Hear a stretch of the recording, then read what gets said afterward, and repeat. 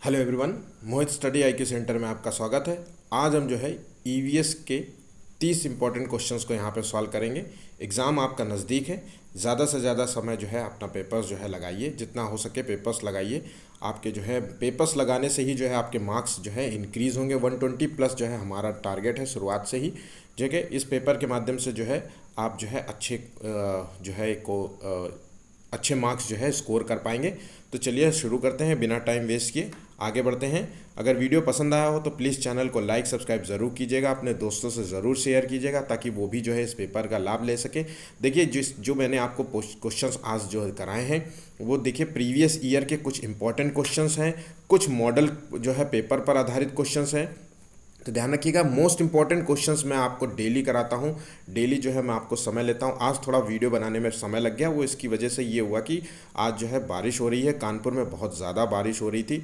ठीक है, अभी जस्ट बंद हुई है तो मैंने आप लेके जस्ट वीडियो बना करके अपलोड करूँगा। ठीक है, तो चलिए शुरू करते हैं, बिना टाइम वेस्ट किया आगे बढ़ते हैं। चलिए शुरू करते हैं। ठीक है, पहला क्वेश्चन है, नीचे दिए गए खेती करने के विवरण को पढ़िए और इस ढंग को पहचानना है। तो देखिए खेती करने का जो है तरीका जो है कहाँ पे कौन से प्रचलित है, ठीक है, उसको पहचानना है। देखिए इतना क्वेश्चंस जो है बड़ा सा दिया हुआ है जिसमें से कोई मतलब मीनिंगफुल नहीं होगा। इसमें से एक शब्द है बस केवल जो है आप खेत मतलब एक टर्म को ही पढ़ के समझ सकते हैं कि ये खेती किस चीज़ की बात कर रहे हैं। ठीक है, लेकिन ये दिया इसलिए जाता है ताकि आपका समय जो है समय बर्बाद हो, क्वेश्चंस पढ़ते हुए समय आपका वेस्ट हो, और कई बार जो है क्वेश्चन बच्चे समझ नहीं पाते, इसलिए जो है फिर से उनको दोबारा पढ़ना पड़ता है, या क्वेश्चन बड़ा जो है समझ करके उनको डर लगने लगता है कि इतना बड़ा क्वेश्चन है, हो सकता है इसका आंसर तो मुझे नहीं मिलेगा। तो ठीक है, ध्यान रखिएगा, इसलिए बार बार पेपर सॉल्व करिए। देखिए सीटेड ऑफलाइन पेपर है तो ऑफलाइन में जो है देखिए इस बार चांसेस बहुत ज़्यादा रहेंगे कि इससे भी बड़े आपको जो है क्वेश्चंस मिलेंगे जिनका आंसर जो है पिद्दी पिद्दी होगा। ठीक है, तो चलिए आगे देखते हैं क्या है ये। एक फसल को काटने के पश्चात देखिए खेत को जो है कुछ वर्षों के लिए खाली छोड़ दिया जाता है। ठीक, बस इतना ही है। एक फसल को काटने के पश्चात जो है खेत को कुछ टाइम के लिए, मूलतः जो है ये 2 से 3 साल के लिए छोड़ दिया जाता है खाली, ध्यान रखिएगा। ठीक है, छोड़ दिया जाता है तो उस कृषि को क्या कहते हैं? उसमें कुछ भी नहीं उगाया जाता। अरे जब खाली छोड़ दिया तो क्यों उगाएंगे? ये सिंपल सी बात है। इस भूमि में बांस और अन्य खरपतवार जो भी कुछ उग आता है, क्योंकि जब खाली छूटता है बारिश होगी तो उसमें घास हो गए, कुछ भी बांस भी उगाएगी, है ना, तो ये सब उग जाता, उन्हीं उखाड़ा नहीं जाता, काट कर जला दिया जाता है। ठीक है, ये राख भी जो है ध्यान रखिएगा, जब हम किसी खेत में जो है, इसलिए अक्सर देखिए आपको जो है पॉल्यूशन जो है शिकायत होती है। ठीक है, दिल्ली में क्यों कहा जाता है कि पॉल्यूशन की बहुत समस्या है? क्योंकि पंजाब के लोग जो है वो खेती को जो है अपना जब जब उनकी जो है गेहूं की फसल कट जाती है तो वो जो है उसकी जो जड़ें होती है उसको कटाने की जगह उसको जला देते हैं। ठीक, तो वो भूमि के उर्वरक की तरह कार्य करती है, इसलिए जलाते हैं, और यहाँ वहाँ जलाते हैं और यहाँ पे जो है पॉल्यूशन हो जाता है। ठीक है, धुआं धुआं हो जाता है।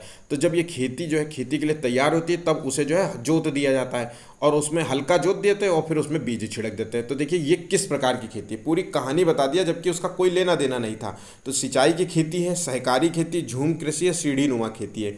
तो देखिए इस खेती को बोलते हैं झूम कृषि, या फिर इसका दूसरा नाम है स्थानांतरित कृषि। तो देखिए ये दोनों नाम आपको याद रखने हैं। स्थानांतरित कृषि भी कहते हैं, है ना। स्थानांतरित मतलब स्थानांतरण, एक स्थान छोड़ के दूसरी जगह अंतरण हो जाना, मतलब दूसरी जगह चले जाना। ठीक, तो यही स्थानांतरित कृषि, यही झूम कृषि, झूम झूम के कृषि करना, इसका मूलतः एक शब्द है। ठीक है, ये कहाँ होती है? तो देखिए ये अरुणाचल प्रदेश में होती है। मूलतः जो अरुणाचल प्रदेश में होती है। ये देखिए मूलतः जो होती है कृषि पूर्वी जो है, ध्यान रखिएगा, पूर्वी जो है मतलब पूर्वी क्षेत्र में होती है, पूर्वी जो है पर्वतीय क्षेत्रों में, ध्यान रखिएगा।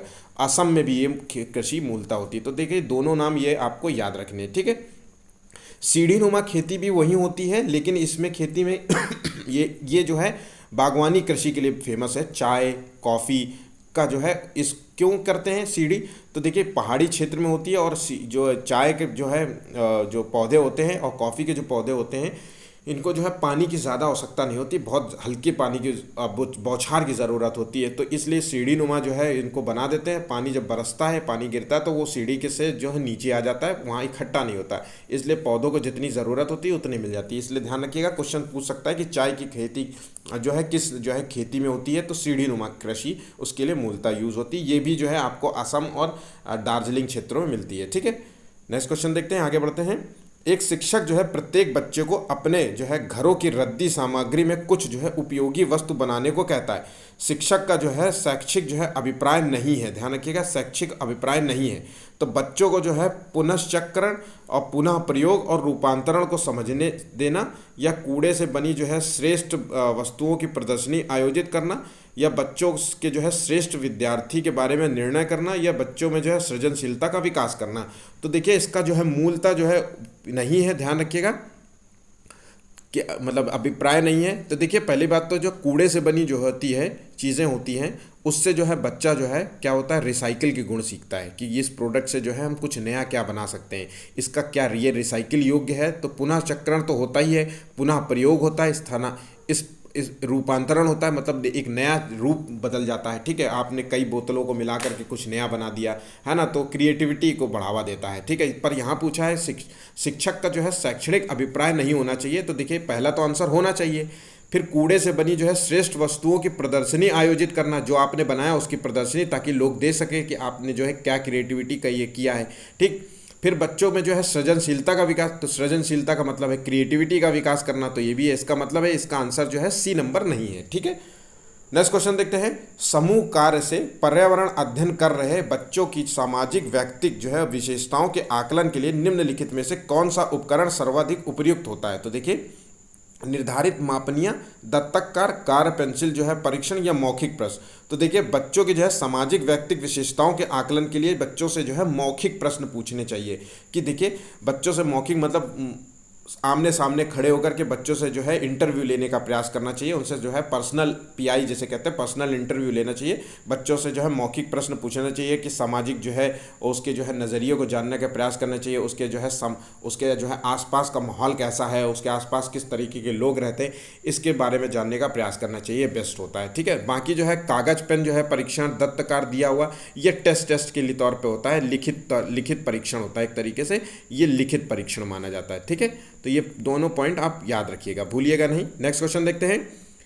प्रत्येक जो है घरों, सामान्य घरों के जो है सही विवरण देखिए। घरों के बारे में अगर आपने मेरा वीडियो घर से रिलेटेड जो है आपने नहीं देखा है तो वो देख सकते हैं, आपको जो है घर से रिलेटेड कोई भी जो है कन्फ्यूज़न नहीं रहेगा आपको। ठीक है, तो आप मेरे पीछे जा करके जो है एक घर का वीडियो बना होगा। ठीक है, विभिन्न प्रकार के घर भारत में कौन से प्रयोग होते हैं, ठीक है, तो आप देख सकते हैं। ठीक है, चलिए इसको देखते हैं, सॉल्व करते हैं।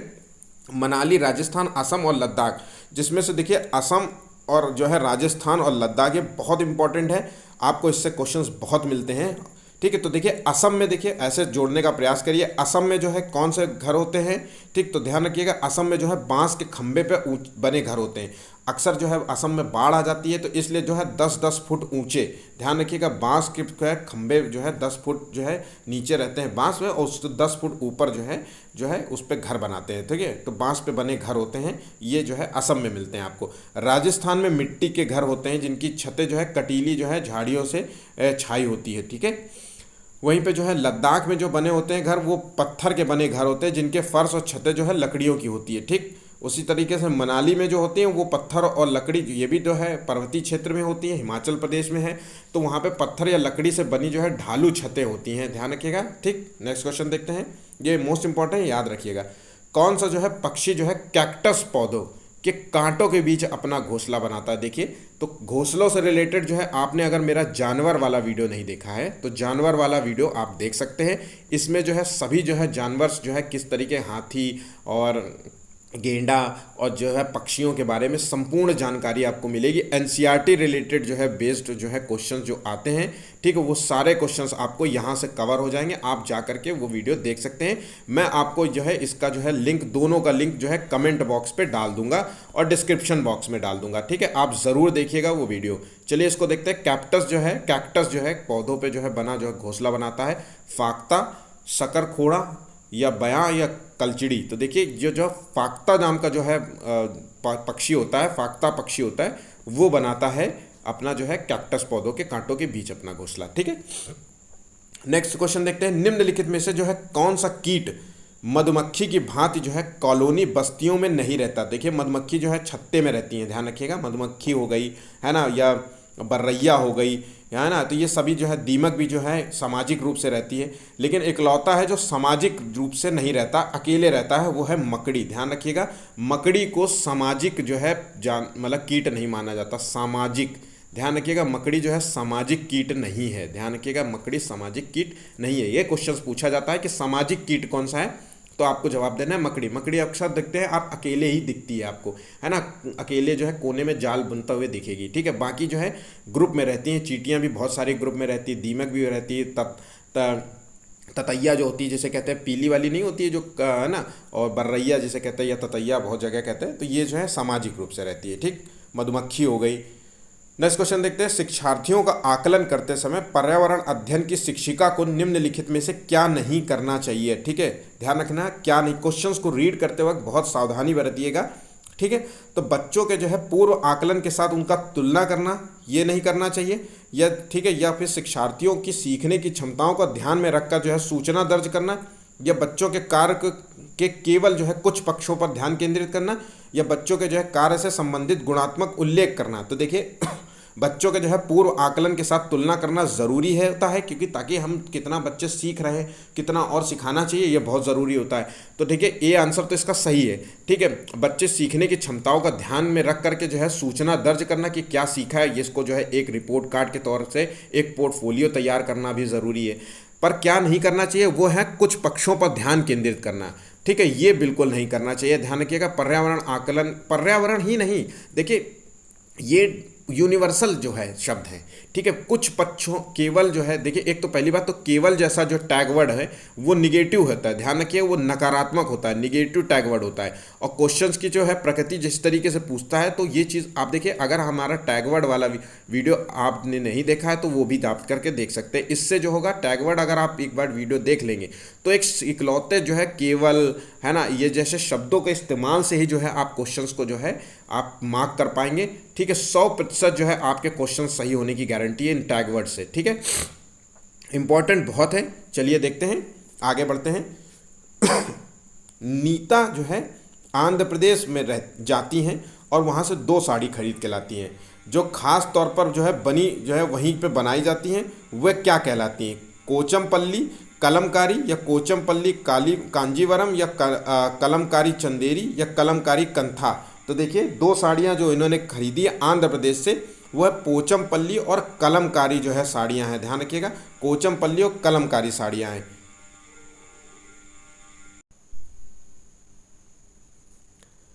चंदेरी जो साड़ी है वो मध्य प्रदेश की साड़ी है। ध्यान रखिएगा, चंदेरी साड़ी मध्य प्रदेश की है। वहीं पे कांजीवरम जो साड़ी होती है वो है तमिलनाडु की प्रमुख साड़ी है। ध्यान रखिएगा, ये दोनों, कांजीवरम एक सिल्क साड़ी है, ठीक है। ये पॉइंट आप याद रखिएगा, कई बार ये क्वेश्चंस पूछे जाते हैं।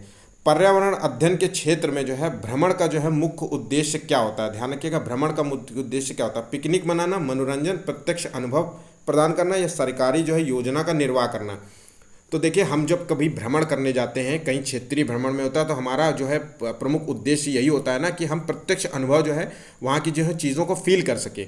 हमारा फील करना प्रमुख उद्देश्य होता है। हम चाहे मनाली जाएं, चाहे गोवा घूमें, चाहे किसी भी जो है स्टेट में जाएं, तो हम जो है वहाँ के चीज़ों को देखना चाहते हैं, जो है घूमना चाहते हैं। तो इसी तरीके से ईवीएस के क्षेत्र में भी जो है भ्रमण का जो है मूल उद्देश्य प्रत्यक्ष अनुभव प्राप्त करना होता है, ठीक है। बच्चों को जो है प्रत्यक्ष सामने से जो है दिखाना होता है कि पेड़ पौधे ऐसे होते हैं, ठीक है, खेत की जुताई ऐसे होती है, ठीक है, उर्वरक ऐसे डाले जाते हैं, ये जानवर इस तरीके से होते हैं, इनके घोंसले इस तरीके से होते हैं, ये मूल उद्देश्य होता है। इसलिए जो है बच्चों को जो है चिड़ियाघर घुमाया जाता है, ठीक है, या फिर जो है नेशनल पार्क घुमाया जाता है, या खेतें दिखाइए बच्चों को। तो ये सारी चीज़ें बच्चों को जो है रियलिटी से जुड़ेंगे, ठीक है। नेक्स्ट क्वेश्चन देखें, गोलकुंडा का जो है किला जो है किस राज्य में स्थित है? तेलंगाना, आंध्र प्रदेश, तमिलनाडु, मध्य प्रदेश। तो गोलकुंडा का जो किला है वो आंध्र प्रदेश राज्य में स्थित है, ठीक। नेक्स्ट क्वेश्चन देखते हैं, निम्नलिखित में से जो है किसको सागर माथा कहते हैं? ध्यान रखिएगा, सागर माथा जो है किसको कहते हैं? माउंट एवरेस्ट, गॉडविन जो है ऑस्टिन, कंचनजंगा जो है पर्वत, ये सारे पर्वतों के नाम है। धौलागिरी पर्वत है। तो सागर माथा जो है ये नेपाल का जो है पर्वत है। तो नेपाल का कौन सा पर्वत है? द माउंट एवरेस्ट को जो है नेपाल में सागर माथा के नाम से जानते हैं। ध्यान रखिएगा, नेपाल में इसे सागर माथा के नाम से जाना जाता है। माउंट एवरेस्ट जो है विश्व का सबसे ऊंचा पर्वत है, विश्व का सबसे ऊंचा पर्वत है, जिसकी ऊंचाई 8,848 मीटर है, ध्यान रखिएगा, मतलब तकरीबन जो है 9 किलोमीटर ऊंचा है। आप अंदाज़ा लगा सकते हैं कि कितना ऊंचा है, ठीक है। नेक्स्ट क्वेश्चन देखते हैं। ब्रेल लिपि में जो है मोटे कागज पर उभरे हुए बिंदु बने होते हैं। ये लिपि आधारित होती है 4 बिंदुओं पर, 6 बिंदुओं पर, 8 बिंदुओं पर, 10 बिंदुओं पर। तो देखिए ब्रेल लिपि जो होती है उसमें जो है उभरे बिंदु होते हैं, वो 6 बिंदुओं पर आधारित होता है, ठीक है। आमतौर पर जो है ऐसी बुक्स बनाई जाती हैं जिसमें जो है उभरे उभरे चिन्ह बने होते हैं और बच्चा जो है उन्हीं चिन्हों से जो है पढ़ता है, समझता है कि किस तरीके से जो है सीरीज़ में। तो देखिए जैसे कि मान लीजिए उस बुक पे ए लिखा है, तो ए का जो है सिंबल जो है ब्रेल लिपि के तौर पे ये डॉट होगा। बी होगा तो इस तरीके से 2 खड़े डॉट्स होंगे। सी होगा तो ध्यान रखिएगा 2 लेटे डॉट्स होंगे, ठीक है। डी होगा तो 2 इस तरीके से और 1 नीचे होगा, ठीक। तो ये बच्चा जब स्पर्श करेगा इन चीज़ों को तो समझ जाएगा कि ये डी लिखा हुआ है। उसी तरीके से एक्स होगा तो वो इस तरीके से होगा, ठीक है, 2 इस तरीके से, ठीक। तो ये चीज़ें याद होती हैं। बच्चे जो है इन 6 बिंदुओं पर जो है पूरा जो है पेपर सॉल्व करता है, पेपर पढ़ता है, न्यूज़पेपर पढ़ता है, किताबें पढ़ता है, ठीक है। ब्रेल लिपि यही होता है। वन्य जीव सुरक्षा जो है संरक्षा अधिनियम जो है कब पारित किया गया था? 1960, 1962, 1972 में। तो देखिए वन्य जीव सुरक्षा जो है अधिनियम जो है वो 1972 में पारित किया गया था, ठीक। ध्यान रखिएगा 1972 में। इंपॉर्टेंट क्वेश्चन है, ये जीवों की सुरक्षा से संबंधित था ये, ठीक है। ये पहला जो है भारत की दृष्टि से है, ध्यान रखिएगा। ये भारत का जो है वन्य जीव सुरक्षा अधिनियम जो है 1972 में पारित किया गया था। इसका जो मूल उद्देश्य था वो जानवरों का जो है, ध्यान रखिएगा, वो जानवर जो मतलब गायब हो रहे हैं उनका जो है मतलब बढ़ाना है, उनकी संख्या बढ़ाना है। जानवरों की जो है संख्या बढ़ाने का उद्देश्य था। उनका जो है अवैध शिकार रोकना था, प्रमुख उद्देश्य था, ठीक है। तो नेक्स्ट क्वेश्चन देखते हैं। भारत में प्रोजेक्ट टाइगर जो है कब प्रारंभ किया गया था? तो देखिए वन्य जीव सुरक्षा अधिनियम 1972 में हुआ था। तो उसी के बाद जो है जो मैंने बताया कि जानवरों के जो है संख्या बढ़ाना जो है प्रमुख लक्ष्य था, अवैध शिकार रोकना था। और प्रोजेक्ट टाइगर इसलिए चलाया गया था कि देखिए बहुत ज़्यादा जो है, एक तो पहली बात तो जब मतलब राजा रजवाड़ों ने जो है बहुत ज़्यादा टाइगरों और शेरों का शिकार किया था, ठीक है। उसके बाद से ऐसा कोई जो है प्रोजेक्ट नहीं चला था। तो ये जो टाइगर प्रोजेक्ट चलाया गया था वो 1973 में चलाया गया था, ध्यान रखिएगा 1973 में चलाया गया था प्रोजेक्ट टाइगर, जिससे जो है प्रमुख लक्ष्य था टाइगरों का जो है उत्पादन को बढ़ाना था, टाइगरों की संख्या को बढ़ाना था, ठीक। आज की दृष्टि से 2023 में जो है भारत जो है सबसे ज़्यादा जो है टाइगर्स जो है पाए जाते हैं। भारत में विश्व में सबसे ज़्यादा टाइगर्स जो है भारत में ही पाए जाते हैं, जिसमें से एमपी मध्य प्रदेश में सबसे ज़्यादा, जिसे हम टाइगर का राज्य भी कहते हैं। ध्यान रखिए चीता का राज्य जो है कौन सा स्टेट ऑफ जो है टाइगर है, ठीक है, तो वो है एमपी मध्य प्रदेश, ठीक है। नेक्स्ट क्वेश्चन देखते हैं। जो व्यक्ति जो है जंगल में कम से कम 25 सालों से रह रहा हो उसका उस जंगल पर अधिकार हो जाता है, उसके वस्तुओं पर अधिकार हो जाता है। ये जनादेश किसके द्वारा दिया गया था? ठीक है, तो ये अनुसूचित जो है जाति के आधार पर दिया गया था। ये भारतीय जंगल अधिनियम के आधार पर, जंगल अधिकार अधिनियम या भूमि जो है अधिग्रहण अधिनियम। तो देखिए जंगल पे अधिकार हो गया था इनके जो है जंगलों का जो है उत्पाद, ध्यान रखिएगा जो भी ये प्रोडक्ट करते हैं, इकट्ठा करते हैं, वो सब कुछ जंगल से इकट्ठा कर सकते हैं। मतलब वहाँ की लकड़ियों का प्रयोग कर सकते हैं, लकड़ियों को काट कर जो है अपना घर बना सकते हैं। ये लोग जो है जंगल से जो है हटाए नहीं जा सकते, इनको आप हटा नहीं सकते। और वहाँ पे जो है ग्राम सभाएं, जैसे हम लोगों की गाँव में ग्राम सभाएं होती है, तो उसी तरीके से वहाँ पे ग्राम सभाएं होती हैं जिनका प्रमुख लक्ष्य होता है जंगल को बचाना। और अगर मान लीजिए सरकार को जो है उस क्षेत्र को जो है मतलब काटना है, यूज़ करना है, तो यहाँ के जो है पूरे जो है जितनी भी ग्राम सभाएं होती है इस जो मतलब जंगली क्षेत्र में जितने भी लोग रहते हैं उन सब का जो है मतलब समर्थन की ज़रूरत होती है, ध्यान रखिएगा। तो ये उनको अधिकार मिलता है जंगल अधिकार अधिनियम 2007 से, ठीक। नेक्स्ट क्वेश्चन देखते हैं। क्षेत्रफल के आधार पे भारत का सबसे छोटा राज्य कौन सा है? गोवा, सिक्किम, त्रिपुरा, नागालैंड। तो देखिए सबसे छोटा राज्य है भारत का वो है गोवा। गोवा सबसे छोटा राज्य। और सबसे बड़ा राज्य कौन सा है? वो है राजस्थान। ध्यान रखिएगा राजस्थान, दोनों क्वेश्चंस पूछे जाते हैं, ठीक। राजस्थान सबसे बड़ा राज्य है। दूसरा जो है सबसे बड़ा राज्य है वो है मध्य प्रदेश। फिर तीसरा कौन सा है? तो वो है महाराष्ट्र, ध्यान रखिएगा, ठीक। और चौथा नंबर है उत्तर प्रदेश। ये चारों इंपॉर्टेंट है, इसलिए मैंने आपको जो है चारों बताए हैं। कई बार जो है ऐसे लिख के आएगा सीरीज़ के तौर पे, राजस्थान, एमपी, महाराष्ट्र, फिर राजस्थान, महाराष्ट्र, एमपी, इनमें से कौन सा सही है, ठीक। तो इसलिए बहुत ज़रूरी है, ठीक है। नेक्स्ट क्वेश्चन देखते हैं। निम्नलिखित में से जो है कायांतरित शैल का उदाहरण है, ध्यान रखिएगा, शैल का बलुआ पत्थर, ग्रेनाइट, संगमरमर, चूना पत्थर। तो देखिए 3 प्रकार की शैलें होती हैं, ध्यान रखिएगा 3 प्रकार की शैलें होती हैं। एक होती है आग्नेय शैल, ध्यान रखिएगा, आग्नेय चट्टान जिसे कहते हैं या आग्नेय शैल कहते हैं। दूसरी है अवसादी चट्टान, अवसादी जो है चट्टान कहते हैं। और तीसरी जो है वो है कायांतरित चट्टान। देखिए कायांतरित चट्टान, ठीक।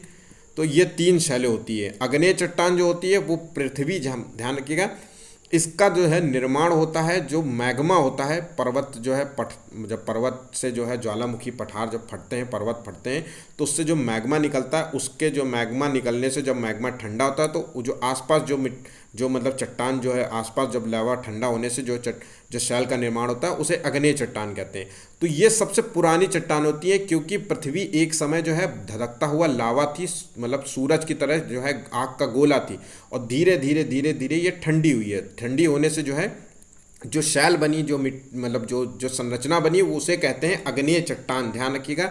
तो इस चट्टान में आपको जीवाश्म नहीं मिलेगा, ध्यान रखिएगा, जीवाश्म नहीं मिलेगा। इन चट्टानों में जो है जीवाश्म नहीं मिलेगा। और ये जो है चट्टान कौन सी होती है, तो ध्यान रखिएगा, बेसाल्ट जो है प्रमुख चट्टान है, अग्नेय चट्टान बेसाल्ट है। ग्रेनाइट जो है वो भी अग्नेय चट्टान है, तो ठीक, तो ये ध्यान रखिएगा। उसके बाद आती है अग्नेय चट्टान का जो है ताप दाप पड़ करके जो है ये टूट करके, अग्नेय चट्टान छोटे छोटे टुकड़ों में टूट जाते हैं, ठीक है। ये टूट करके हवा जल आदि द्वारा जो है इनको उड़ा करके, बहा करके, ले करके किसी अन्य जगह में इकट्ठा कर दिया, और वो अवसादों के रूप में इकट्ठा हो जाते हैं, उसे बोलते हैं अवसादी चट्टानें। ध्यान रखिएगा, ये सीरीज पॉइंट्स आप बिल्कुल सीरीज टू सीरीज याद रखिएगा। अग्नेय, अवसादी, कायांतरित। अग्नेय चट्टान ही अवसादी चट्टान में कन्वर्ट हो जाती है आगे, मतलब कई हजारों करोड़ों साल के बाद जो है अवसादी चट्टानों में ये परिवर्तित हो जाती हैं। ये कायांतरण होता है, जैसे बेसाल्ट का जो है कायांतरण हो गया तो वो सिस्ट बन जाता है, ठीक है। तो अवसादी जो चट्टान कौन सी है, वो चूना पत्थर। ध्यान रखिएगा, चूना पत्थर जो है कई बार जो है चूना पत्थर, बलुआ पत्थर, चौक जो आप जो दीवार में लिखते हैं, बोर्ड में लिखते हैं, तो वो चौक भी अवसादी चट्टान है। अब इन दो चट्टानों, अग्नेय और अवसादी चट्टानों का रूपांतरण हो गया, कायांतरण हो गया, ये बदल गई कायांतरित चट्टानों में कई हजारों साल के बाद। ध्यान रखिएगा, इनका जो है ये पूरी जो है मतलब कई सालों के जो है ताप दाप पड़ के, जल हवा पानी सब पड़ पुड़ के जो है इनका जो है रूपांतरण ऐसा बदलता है कि इतनी कठोर हो जाती है। ध्यान रखिएगा, ये कठोर चट्टानें होती हैं। तो इन तीनों में सबसे चट्टान कठोर कौन सी होती है, तो कायांतरित चट्टान जो है सबसे कठोर चट्टान मानी जाती है, ठीक है। और इसका जो है कठोर होती, तो इसमें सही जवाब देखिए, अब इसमें से कौन सा है, तो ध्यान रखिएगा, इसका सही आंसर है संगमरमर जो है वो है कायांतरित चट्टान, ठीक। और संगमरमर बनती है, ध्यान रखिएगा, चूना पत्थर। ध्यान रखिएगा, चूना पत्थर के मतलब चूना पत्थर है अवसादी चट्टान, तो अवसादी चट्टान का कायांतरण हुआ, मतलब चूना पत्थर बदल गया, कायांतरण से वो संगमरमर में बदलता है। तो ये पॉइंट याद रखिएगा। उसी तरीके से जो कोयला होता है, कोयला भी एक जो है अवसादी चट्टान है। तो कोयला का जो अवसाद मतलब कायांतरण होता है तो वो बनता है हीरा और ग्रेनाइट जो है, आपने कई बार जो है हीरा और ग्रेनाइट सुना होगा। तो ये हीरा और ग्रेनाइट जो है वो कोयला से ही निर्मित होते हैं, ठीक। तो इस तरीके से जो है पत्थर बनते हैं, ठीक है। आप इतने पॉइंट्स जो है ये कॉपी में आप लिख लीजिए, ये मोस्ट इंपॉर्टेंट है, ईवीएस की दृष्टि से अक्सर एग्जाम्स में पूछा जाएगा। नालिनी जो है कक्षा 3 के जो है शिक्षार्थियों को जानवर हमारे साथी का प्रकरण से परिचित कराना चाहती है, और प्रकरण को जो है अधिक रोचक तरीके से प्रस्तुत करने के लिए जो है निम्नलिखित में से कौन सी युक्ति सर्वाधिक उपयुक्त होगी। तो देखिए, जानवर हमारे साथी हैं, ये जो है इस चीज़ को जो है स्टोरी को पढ़ाना चाह रही है, ठीक है, इस कहानी को प्रस्तुत करना चाहिए, और उस कहानी को जो है किस तरीके से प्रस्तुत करें ताकि बच्चों में जो है बहुत अधिक रोचक लगे, है इंटरेस्टिंग लगे। तो देखिए, पाठ्य पुस्तक के माध्यम से पढ़ाना चाहिए, चित्रों के माध्यम से पढ़ाना चाहिए, या जो है चार्ट के माध्यम से पढ़ाना चाहिए, या बोर्ड में पढ़ाना चाहिए, बोर्ड में चित्र बना दे उससे, या फिल्म दिखा करके। तो देखिए, सही जवाब आपको मिल गया होगा। देखिए, किसी भी जो है प्रकरण को सही तरीका यही है कि फिल्म के माध्यम से रोचक तरीका ज़्यादा बच्चों को अडॉप्ट करेंगे। आज के जो है आधुनिक दृष्टि से देखा जाए तो फिल्म जो है बेहतर तरीके से जो है बच्चों को जो है रोचक तरीके से मतलब इंजॉयफुल रहेगा, ठीक है। इसमें क्या होता है, एक तो पहली बात तो देखने सुनने की जो है एक मतलब एकाग्रता बच्चों के अंदर रहेगी, देखने सुनने की जो है उनके अंदर रोचकता बनी रहेगी, है ना। और वो नए नए तरीक़ों से जो है मतलब जिस तरीके से आज के पिक्चराइजेशन होती है, वीडियोज़ जो है ग्राफी होती है ना, उससे जो है बच्चे बहुत सारी चीज़ें सीख पाएंगे, ठीक। तो इसका आंसर डी नंबर है, फिल्म प्रदर्शित करना। एक शिक्षक पढ़ाते समय जो है देखने और सुनने वाली सामग्रियां एवं शारीरिक गतिविधियों का प्रयोग करता है, क्यों, तो इसका क्या वजह होती है, तो वो जो है अधिगम में जो है वृद्धि करने के लिए जो है वो इंद्रियों का उपयोग करता है, अधिकतम इंद्रियों का। यह शिक्षक को जो है आराम उपलब्ध कराते हैं, यह प्रभावी आकलन को सुगम बनाते हैं, यह शिक्षार्थियों को दिशा परिवर्तन उपलब्ध कराते हैं, तो देखिए इसका सही जवाब है ए नंबर। ध्यान रखिएगा, ये इंद्रियों का जो है अधिकतम प्रयोग होता है। देखने और सुनने वाली सामग्री और गतिविधि, तीन चीज़ें हैं, ध्यान रखिएगा। देखने, सुनने और गतिविधियों के माध्यम से, शारीरिक गतिविधियों से जो है अधिकतम इंद्रियों का उपयोग किया जाता है। ठीक है। ईवीएस की पढ़ाई में जो है कक्षा में प्रश्नोत्तर तकनीक का सबसे अच्छा उपयोग किसके लिए किया जाता है? तो इसका सही जवाब देखिए, कक्षा में प्रश्नोत्तर, क्लासरूम में जो है प्रश्न पूछा जाता है और उसका बच्चे उत्तर देते हैं। तो ये क्यों किया जाता है? या बच्चे आपस में जो है प्रश्न पूछते हैं और दूसरे बच्चे उसका जवाब देते हैं। तो देखिए, इसका प्रमुख उद्देश्य होता है बच्चों के अंदर जो है प्रश्न पूछने की एक तो जिज्ञासा पैदा करना, सीखने की जिज्ञासा, मतलब एक तरीके से जो है बच्चे में सीखने की जिज्ञासा उत्पन्न करना होता है। प्रश्न के माध्यम से जो है बच्चे जो है दूसरे बच्चों में जिज्ञासा उत्पन्न करते हैं कि इसका जवाब दे के दिखाओ। ठीक है। दूसरा जो है बच्चा इसका जवाब देने का प्रयास करता है, फिर दूसरा बच्चा जो है, तीसरा बच्चा जो उसके जवाब को सुन रहा होता है तो उसके अंदर क्यूरियोसिटी होती है, जिज्ञासा होती है कि इसने क्या जवाब दिया है और मैंने जो क्या आंसर लिखा है, मेरे जवाब से ये कितना अलग है। तो देखिए, इसमें जो है बच्चों के अंदर जो है सीखने की जिज्ञासा उत्पन्न होती है। ठीक है। निम्नलिखित में से जो है उसे चुनना है जो अपनी मादा की पहचान जो है उसकी गंध के आधार पर कई किलोमीटर दूर से कर लेता है। ध्यान रखिएगा, ये इंपॉर्टेंट क्वेश्चन है। चींटी, मच्छर, रेशम का कीड़ा या मधुमक्खी? तो ध्यान रखिएगा, रेशम का कीड़ा जो होता है वो अपनी मादा की पहचान जो होता है वो गंध के आधार पर कर लेता है, कई किलोमीटर दूर से कर लेता है। ध्यान रखिएगा, रेशम का उत्पादन जो होता है उसे कहते हैं सेरीकल्चर। ध्यान रखिएगा, सेरीकल्चर कहते हैं, रेशम के उत्पादन को कहते हैं। ठीक है। और ये रेशम का उत्पादन होता है सहतूत के पेड़ में, सहतूत के पेड़ में जो है इसका उत्पादन किया जाता है। नेक्स्ट क्वेश्चन देखते हैं, वातावरण में जो है अत्यधिक हानिकारक जो है सल्फर मिश्रित गैस कौन सी है? तो देखिए, इसमें जो है सल्फर जो होती है, ध्यान रखिएगा, ऑक्सीजन के साथ मिलकर के जो है सल्फर डाइऑक्साइड गैस बनाती है और जो है अम्ल वर्षा के लिए जिम्मेदार होती है। अम्ल वर्षा मतलब एसिड रेन, ध्यान रखिएगा, एसिड रेन इसे कहते हैं। ठीक है। और ये एसिड रेन जो होती है ये जो है मतलब जो आगरा में जो है ताजमहल है उसके जो है पत्थरों को जो है पीला कर दे रही है, तो ये भी इसके लिए प्रमुख जिम्मेदार है। एसिड रेन में नहाने से जो है मतलब आपके शरीर में फफोले पड़ जाते हैं, दाने निकल आते हैं, है ना। तो ये जो है अच्छी जो है वर्षा नहीं मानी जाती। आमतौर पे जो है बारिश जो है पहली बारिश जो होती है वो एसिड रेन ही उसे माना जाता है। ठीक है। तो इसका आंसर है डी नंबर। ठीक। नेक्स्ट क्वेश्चन जो है, राकेश कक्षा 5 का जो है पर्यावरण विज्ञान शिक्षक द्वारा दिए गए कार्य को समय से प्रस्तुत नहीं करता है। ठीक है। जो टीचर उसको कार्य दे रहा है, जो भी होमवर्क दे रहा है उसको कार्य करके नहीं लाता, होमवर्क करके नहीं लाता, तो सुधारात्मक हमें उपचार क्या अपनाना चाहिए? तो देखिए, प्रधानत मतलब जो है प्रिंसिपल को जो है जानकारी दे देना चाहिए कि खेल मतलब उसको खेलने से रोक लगा देनी चाहिए कि आप जब तक काम नहीं करके लाओगे तब तक तुम्हें ये नहीं करने को मिलेगा, खेलने को नहीं मिलेगा। या उसकी जो है इस प्रॉब्लम का जो है सॉल्यूशन ढूंढने का प्रयास करना चाहिए, उससे जानने का प्रयास करना चाहिए कि क्या प्रॉब्लम है, क्यों नहीं होमवर्क करके ला रहा है। या उसकी अनियमितताओं को जो है लिखित जानकारी के तौर पे जो है माता पिता को दे देनी चाहिए। तो देखिए, इसका सही जवाब है सी नंबर। ध्यान रखिएगा, एज अ टीचर जो है आपका मूल उद्देश्य होता है कि बच्चे के जो है पहले उस जो है समस्या के कारणों को जानना ज़रूरी होता है कि क्या कारण है जो वो होमवर्क नहीं करके ला रहा है, और फिर जो क्यों नहीं करके ला रहा है उसको जो है जानने के बाद उसको सही मार्गदर्शन देना चाहिए। ठीक है। माता पिता को जो है मतलब ये जो मतलब ये नहीं करना चाहिए कि माता पिता को जो है उसकी कंप्लेन कर दो ताकि उसके माता पिता उसको धर के कूट दें, तो ये चीज़ें बिल्कुल नहीं होनी चाहिए। ठीक है। सतत मूल्यांकन और व्यापक मूल्यांकन क्यों आवश्यक है? तो ये दो टर्म है, मोस्ट इंपॉर्टेंट है। ये मूल्यांकन का प्रश्न जो है हर मतलब ईवीएस, सीडीपी, हिंदी, ये सभी क्वेश्चंस में फिट बैठता है, ध्यान रखिएगा। और ये हर बार जो है एक साल में मतलब ये सीटेट या में क्वेश्चंस पूछा ही जाएगा। तो देखिए, सतत मूल्यांकन क्या होता है? सतत मूल्यांकन का मतलब होता है संपूर्ण मूल्यांकन, व्यक्ति का जो है संपूर्ण मूल्यांकन होता है। ठीक है। उसमें जो है संपूर्ण मूल्यांकन में मतलब उसका शारीरिक मूल्यांकन करते हैं, उसका जो है सामाजिक मूल्यांकन करते हैं, उसका जो है पढ़ाई का मूल्यांकन करते हैं, उसका बौद्धिक मूल्यांकन करते हैं। ठीक। उसी तरीके से जो व्यापक मूल्यांकन होता है वो होता है किसी एक जो है क्षेत्र का मूल्यांकन, सिर्फ किसी एक क्षेत्र का, ध्यान रखिएगा, किसी एक जो है सिंगल जो है क्षेत्र का। तो मान लीजिए उसका शारीरिक मूल्यांकन कर रहे हैं, खेल का मूल्यांकन लिख लेते हैं, या उसकी पढ़ाई का मूल्यांकन कर रहे हैं, या उसकी लेखन शैली का मूल्यांकन कर रहे हैं, तो किसी एक क्षेत्र का मूल्यांकन करते हैं। तो दोनों का अर्थ यही होता है कि मूल्यांकन क्या है। तो मूल्यांकन का मूल उद्देश्य जो होता है कि बच्चे ने क्या सीखा है, कितना सीखा है, ये जानकारी हासिल करना, और क्या उसके अंदर कमियां हैं, ठीक, उसको सुधारना। ठीक। तो इसका आंसर है शिक्षार्थियों ने कितना नहीं सीखा है, ये जानने के लिए जो है मूल्यांकन किया जाता है, सतत और व्यापक मूल्यांकन। ठीक, बच्चे का एक तरीके से समस्या का निदान करना होता है, किसी समस्या समाधान करना होता है, ठीक है, मूल्यांकन के माध्यम से।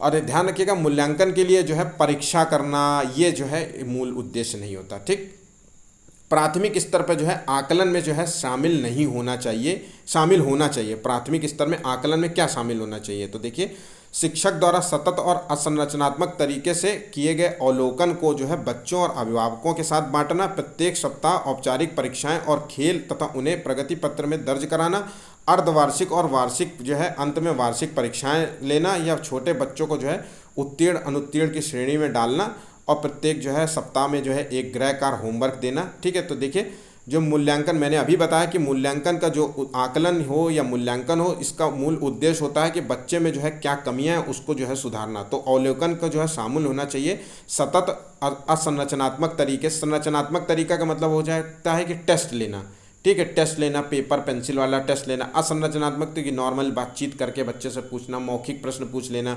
तो इसके माध्यम से बच्चे का जो है अवलोकन करना, और जो भी समस्या है वो टीचर के साथ, अब उसके पेरेंट्स के साथ भी बांटना। ठीक है, देखिए, मतलब यहाँ शिकायत नहीं दृष्टि से हो रही, उसके समस्या के समाधान की दृष्टि से हो रही। कि मान लीजिए बच्चा जो है घर जा कर के कुछ नई चीज़ें सीखना चाहे फिर टीचर्स के माध्यम से कि बच्चे पे इस चीज़ों पे फोकस करिए, बच्चा जो है पढ़ने में अच्छा है, लेकिन अगर आप बच्चे पे ये फोकस नहीं करेंगे तो बच्चा कैसे पढ़ेगा। तो इस चीज़ पे फोकस करना उसका मूल उद्देश्य होता है। तो इसका आंसर ए है। ठीक है, आज के लिए बस इतना ही है। इंपॉर्टेंट क्वेश्चंस थे, अक्सर बार बार रिपीट होने वाले क्वेश्चंस हैं। आप हमें जो है कमेंट बॉक्स में कमेंट कर सकते हैं और बताइए कि आपके जो है कितने जो है 25 में आपके कितने जो है क्वेश्चंस आंसर जो है कितने सही हुए हैं। ठीक है, और अपने दोस्तों से ज़रूर शेयर कीजिएगा ये वीडियो। और आज का जो है वीडियो का टारगेट है वो है 50 लाइक्स का। आपके लाइक्स के माध्यम से जो है हमें मोटिवेशन मिलता है, फिर हम नए वीडियोस नए क्वेश्चंस जो है ढूंढने का प्रयास करते हैं। और ठीक है, आज के लिए बस इतना ही। धन्यवाद।